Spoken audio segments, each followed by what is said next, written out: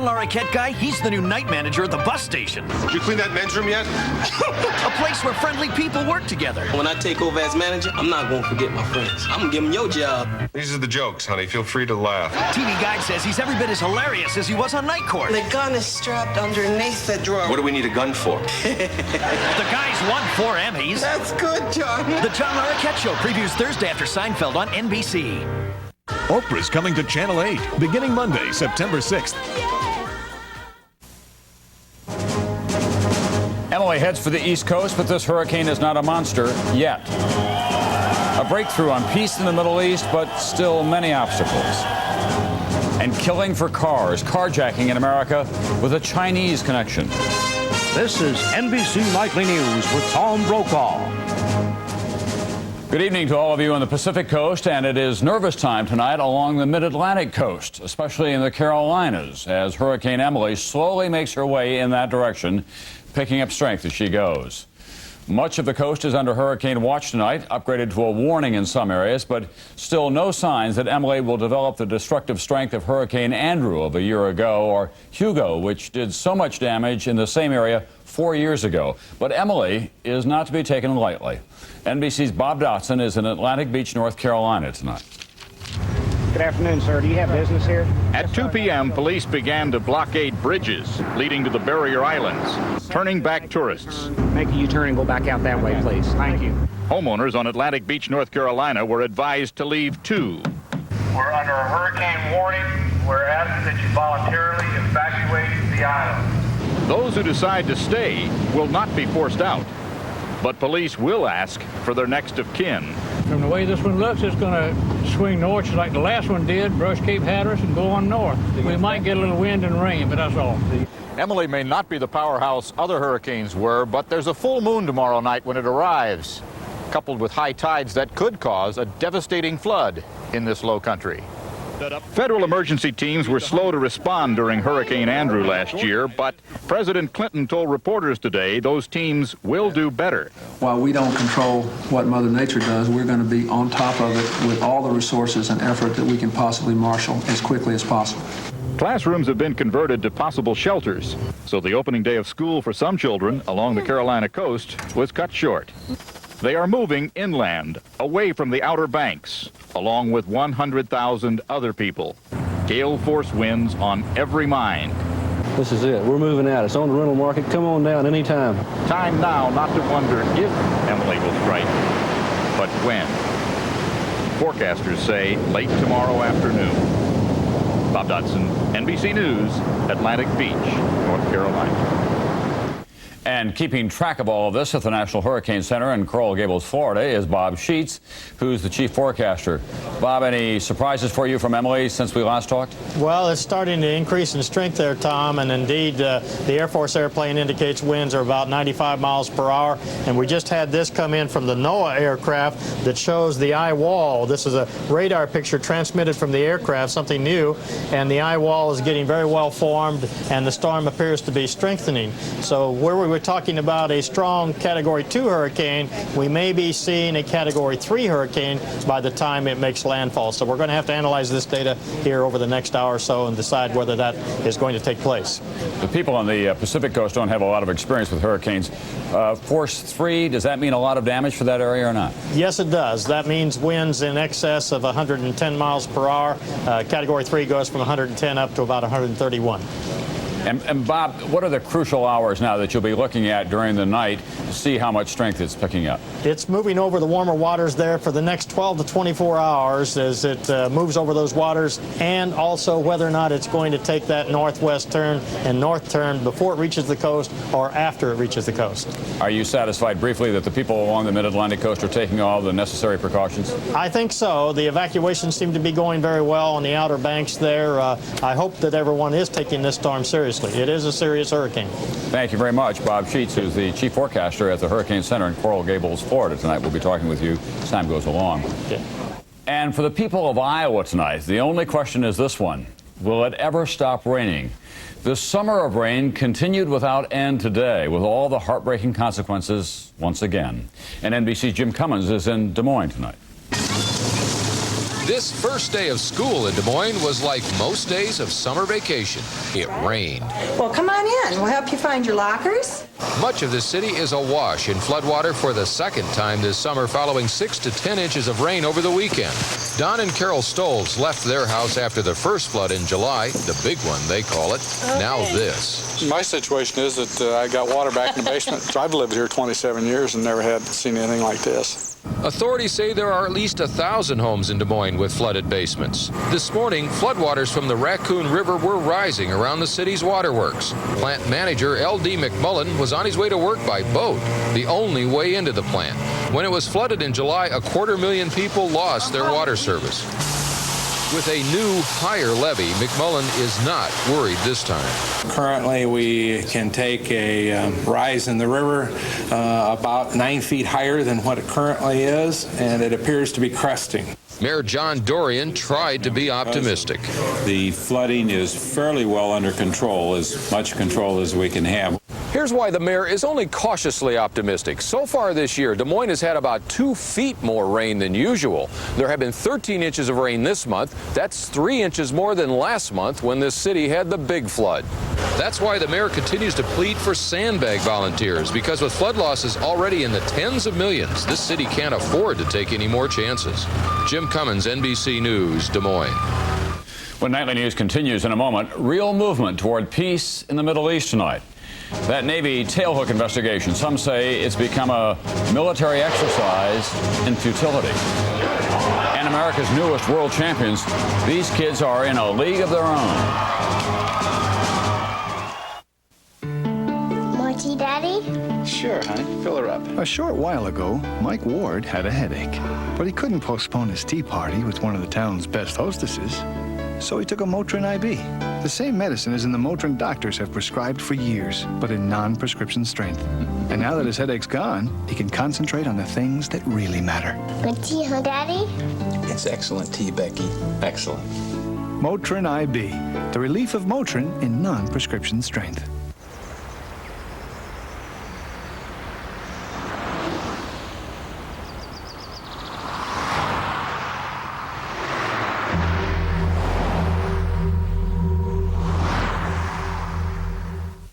When I get gas, I may look like this, but I feel like this, painfully bloated. Gas-X has the most powerful medicine to fight gas faster than antacids. So, I feel like me again. Painful gas needs the power of Gas-X. There is a Middle East breakthrough tonight. The Israeli cabinet resoundingly approved that country's first ever peace agreement with Palestinians. Tomorrow, the pact will be on the table at peace talks in Washington. But in the Middle East, of course, progress does not come easily. NBC's Martin Fletcher is in Jerusalem tonight. Inside, the Israeli cabinet decided, in the Prime Minister's words, to take a chance for peace. They approved a historic proposal to give partial self-rule to the Palestinians within months. Outside, Israel's right wing has decided Jewish settlers and their supporters give a taste of the violence they promise will come. Police arrested dozens of demonstrators who came from the West Bank, Jews who may have to give up their homes as the price of peace. The opposition has called for new elections before Israel, as they say, caves in to the Palestinians. We want a peace we can live with, literally live with, not a peace that would simply be a prelude to the next war. The Israeli PLO proposals would allow Palestinians in the occupied Gaza Strip, as well as the West Bank town of Jericho, to rule themselves. The rest of the West Bank would be given the same rights over a period of years if all goes peacefully. The majority of Israelis and Palestinians are strongly in favor of the proposals. If this is true, and if there is such an agreement, I think it is a breakthrough. But Ahmed Jibril, a radical Palestinian leader backed by Syria, today warned Yasser Arafat he would kill him for doing a deal with Israel. But before the deal goes through, important obstacles must be overcome in negotiations, which could still take months. Who will protect Jewish settlers living in Gaza? What rights will Palestinians have in the rest of the West Bank? But the most important step has been taken. Israel and the PLO are talking. Now they must control their radicals who promise violence and civil war. The right wing says this is just the beginning. They say they'll begin a campaign of civil disobedience. Do anything it takes, they say, to keep what they call the land of Israel in the hands of the Jews. But Alan Fletcher, NBC News, Jerusalem. Continuing overseas tonight, elite American Army troops stormed buildings in Mogadishu early this morning, expecting to find the top aides of fugitive Somali warlord Mohammed Aidid. They handcuffed 9 people and rushed them off to a detention center. Turns out the 9 were all UN employees, but it took them 4 hours to persuade the army of their identity. Aidid's whereabouts still unknown tonight. That Mogadishu raid was just one of the things that President Clinton had to deal with today. It was his first day back at work after 11 days on vacation at Martha's Vineyard. NBC's Andrea Mitchell tonight on getting back into the commander-in-chief mode. Meeting with defense and foreign policy advisors, the president tried to avoid talking about what happened in Mogadishu. Was the Somalia raid bungled? I don't think I would characterize it in that way. Thank you all. How would you characterize it? Thanks, folks. Where the troops going out? Thank you. If you go back out the door behind you, please. Clearly defensive, the White House did not want further questions about the botched raid. Earlier, the president blamed it on the man who wasn't there, Somali warlord Mohammed Aidid. I think it is very important to point out that what provoked this was the people involved with Aidid killing the Pakistanis first and then the 4 Americans. Senior officials told NBC News that Aidid was the Rangers' target and will continue to be sought by the elite Special Forces unit. Military advisors have expressed strong reservations about committing ground troops to another UN mission, enforcing a peace agreement in Bosnia. Today, the president appeared to offer more qualifications before he would send ground forces. Well, whether I would be prepared to do that or not depends on whether I'm convinced that the agreement is fair, fully embraced by the Bosnian government, and is enforceable. On his first day back from vacation, the president also heard Caribbean leaders gripe about being excluded from the proposed free trade zone with Mexico and Canada.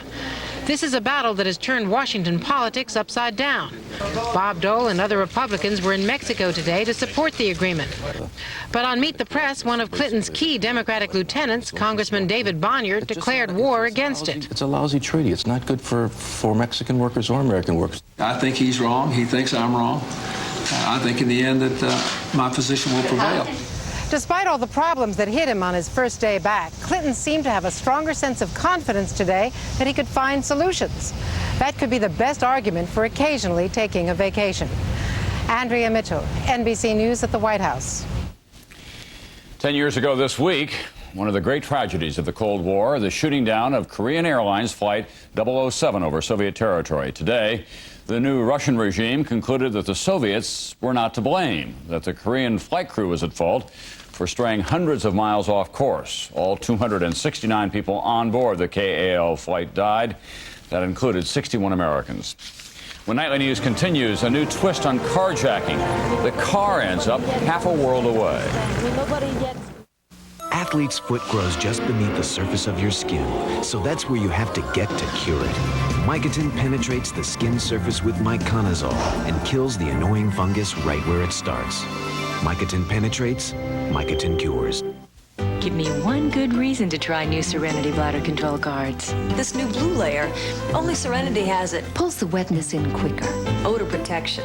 Drier, fresher, that just feels cleaner. New Dry Layer Plus from Serenity. You wouldn't take your $1,200 evening gown to a laundromat, so why take your GM vehicle to anyone other than your GM dealer? No one else has the training and genuine GM parts to protect your investment. So when you need service, come back to your GM dealer. They're rambunctious, full of energy, and in constant motion. They're kids. Unfortunately, not all kids are like this. That's why Kellogg's Rice Krispies, you know, the cereal that talks, has something really important to say. From now until September the 5th, every time you buy a box of Rice Krispies, Kellogg's will give $1 to the Muscular Dystrophy Association. That's right, $1 from Kellogg's every time you buy Rice Krispies. Because someday we'd like to see Jerry's kids just be kids. Why are these people smiling? They've got Polidin for partials with the power to clean the pearly part and the metal part in just 5 minutes. So get Polidin for partials, because, hey, it's good looking on almost everybody. A child trapped by his mother's lies, and a father who fought to save him. In the tradition of switched at birth, Deception's a Mother's Secret. NBC tonight. Tomorrow morning on Today, violence at the mall. We'll see if your kids are at risk. Plus, the first interview with Lee Harvey Oswald's daughter, June. So join us tomorrow morning. And see what a difference today makes. As official Washington gets back to work this week, the tailhook scandal remains one of the more controversial items on the official agenda. The military is reopening its investigation into the Navy sex scandal, and as NBC's Ed Rabel reports tonight, this investigation just can't seem to get moving. That the Navy is reopening hearings into the tailhook scandal 2 years after the incident happened at this Las Vegas hotel, congressional critics say, is proof that it can't get a handle on the case.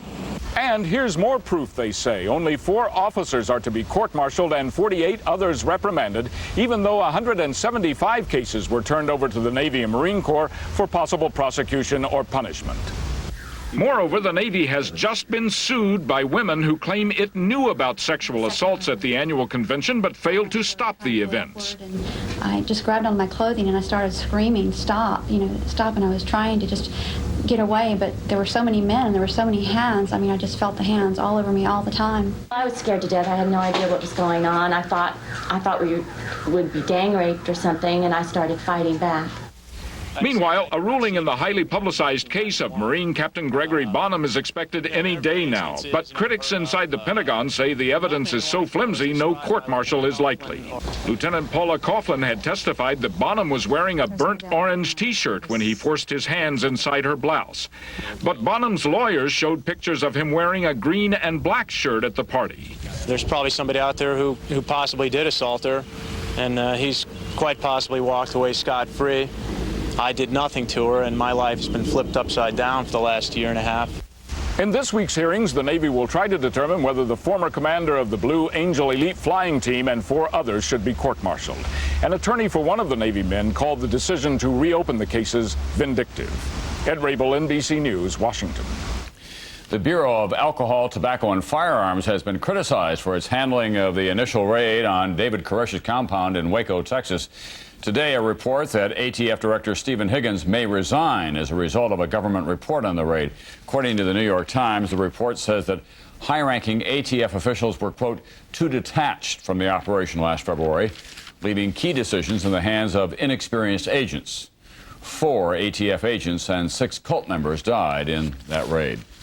Let's go to California now, to a place where trends are born, of course. Not all of them good. The latest thing to hit California streets: gangs stealing your car right out from under you and then shipping it to China. NBC's George Lewis picks up this story. At the port of Los Angeles, 7,000 automobiles are exported legally every month. But customs officials believe thousands of other stolen cars are being smuggled out of the country each year illegally. One of the main destinations, China, where cars like this dusty Lexus, once cleaned up, can bring $100,000 on the black market. A whole new class of people, capitalists as well as criminals, are in the market for luxury cars. And Chinese organized crime is ready to fill the orders. There is an ongoing sophisticated carjacking operation which basically starts here in the streets of Los Angeles. Orders for specific cars, usually Lexus, Beamers, high-value items are made. The car is stolen. These days, car thieves are getting bolder, stealing them at gunpoint from their owners, carjacking. That way the automobiles aren't damaged and the thieves get to keep the keys. That's what might have been behind the killing of Los Angeles motorist Thomas McDowell, shot to death 4 months ago at the wheel of his BMW. And according to police, that was the motive in the killing of another Southern California motorist, Kathy May Lee, who was driving her parents' Lexus. There is no bail in this case. A 16-year-old suspected Asian gang member was charged with her murder. Police believe Kung Min Huang was trying to fill an order for a Lexus 400 wanted by a buyer in China. Police say the gangs can make $50,000 and more off each stolen car. When you can get 2 to 3 times the actual value of the car in another country, it creates an incentive to get that particular type of car. Meanwhile, back at that Chinese used car lot, they've removed the wheels from all the autos and put them up on blocks. They don't want them to be stolen again. George Lewis, NBC News, Los Angeles. When Nightly News continues in a moment, the Jackson family stands by its man. But where is Michael?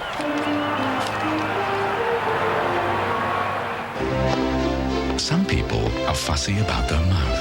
And some people are very fussy.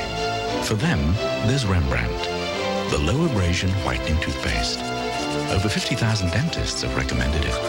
And Rembrandt mouth refreshing rinse. 100% alcohol-free, 100% delicious. A splendid way to fight bad breath. For the best for your mouth, there's only one Rembrandt. Oh, guys, my commercial.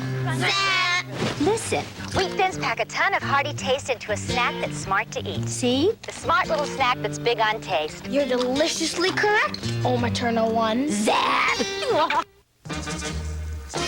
Yeah, it tastes like... Very good. Tasty, very vegetable-y. A union of vegetables. V8's got more flavor than tomato juice. It's different. It tastes like... V8.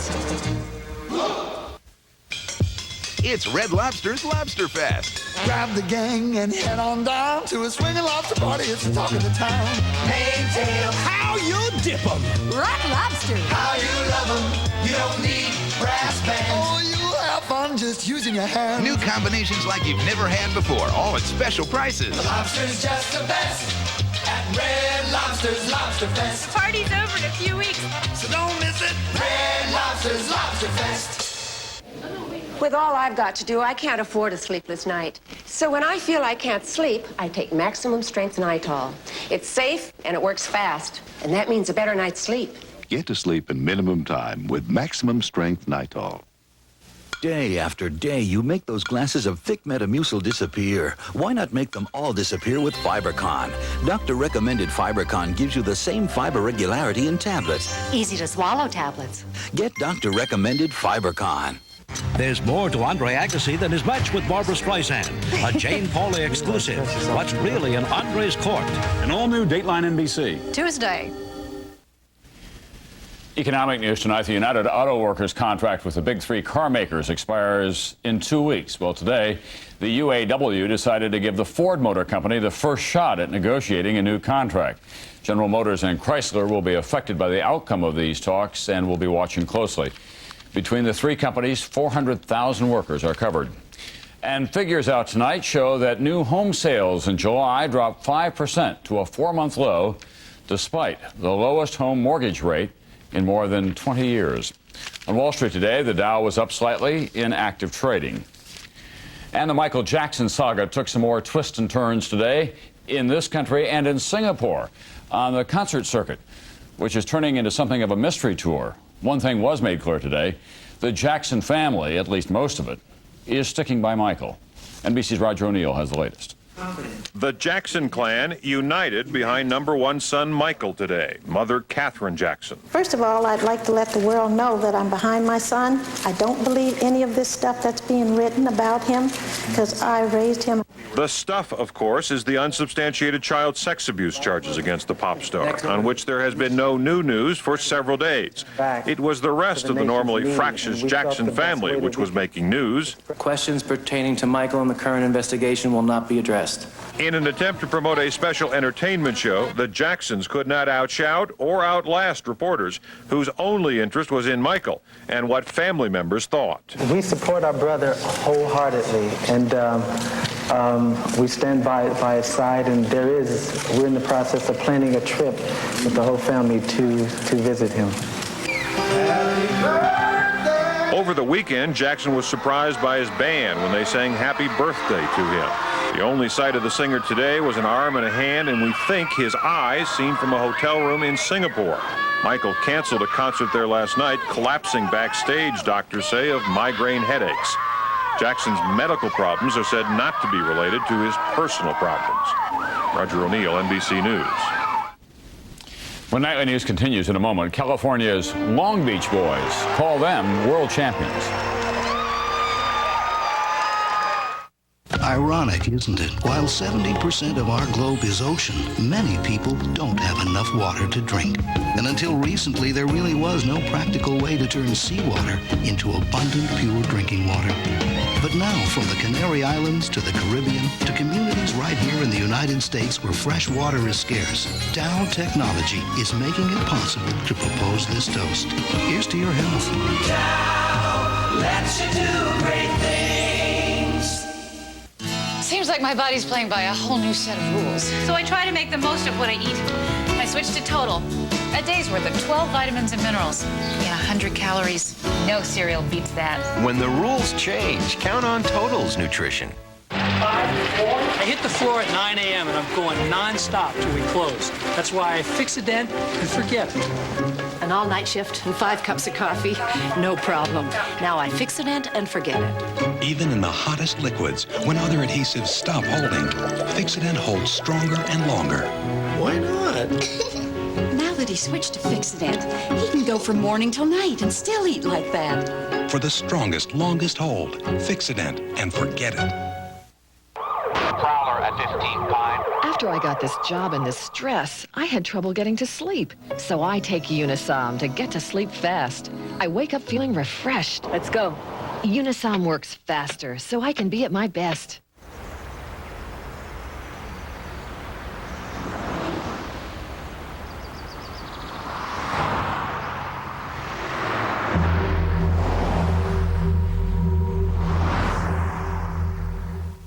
A woman is different than a man.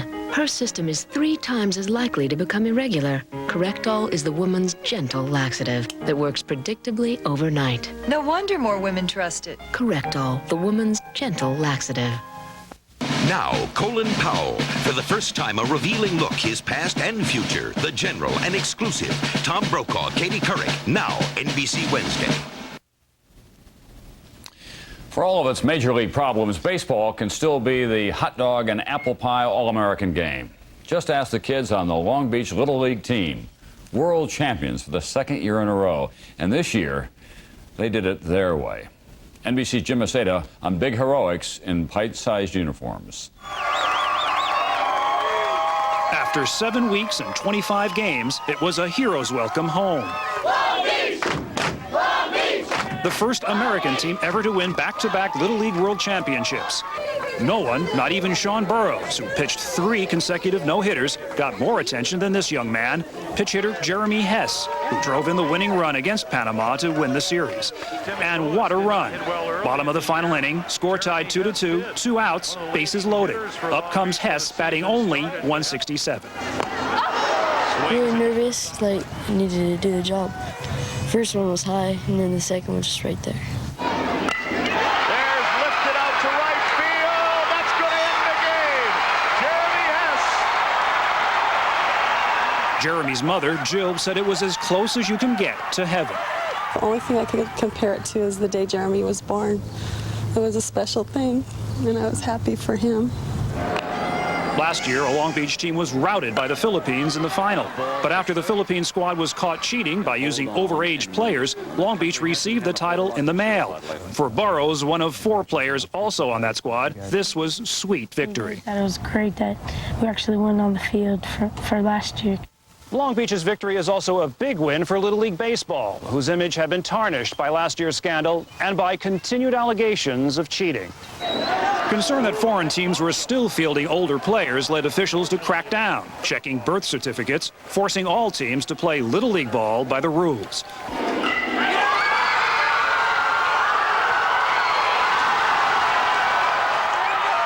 That gave Long Beach a real title and 12-year-old Jeremy Hess the memory of a lifetime.